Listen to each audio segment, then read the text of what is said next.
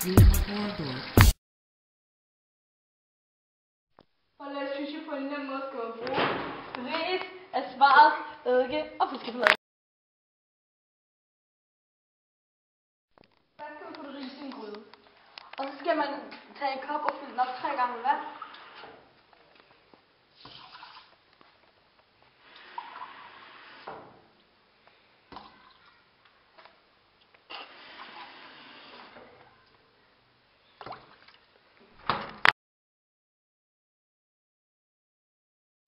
Når det så er gjort, så skal man lade riset koge i cirka 10 minutter.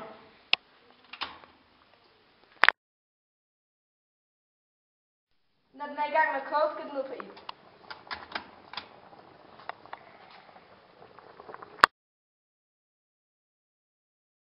Efter 10 minutter kommer risen til at se sådan her ud. Og så skal man putte lidt eddike ind. En lille skål.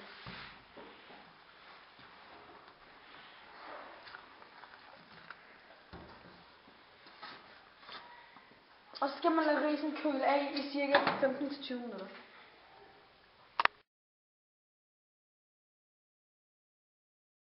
Når risen så er kølet ned, skal de hen på en fiskeplade og tværes ud.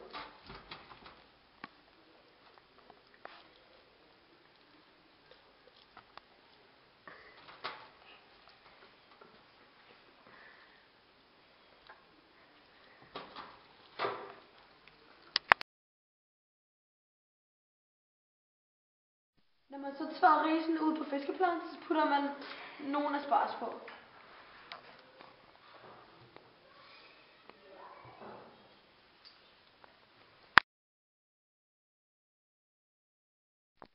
Derefter så ruller man den sammen til en rulle.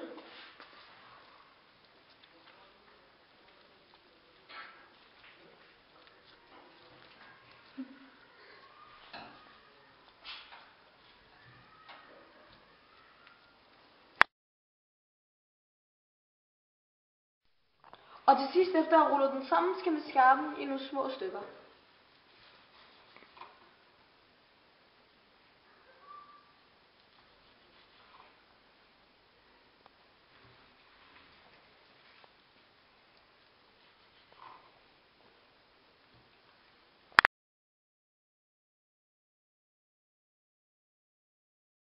Når man så har skåret dem alle sammen i fine stykker, så lægger man den på tallerkenen.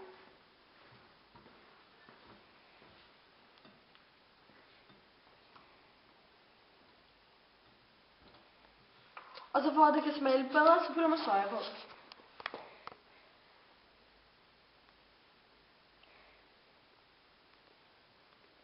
Og så er det klar til at blive spist.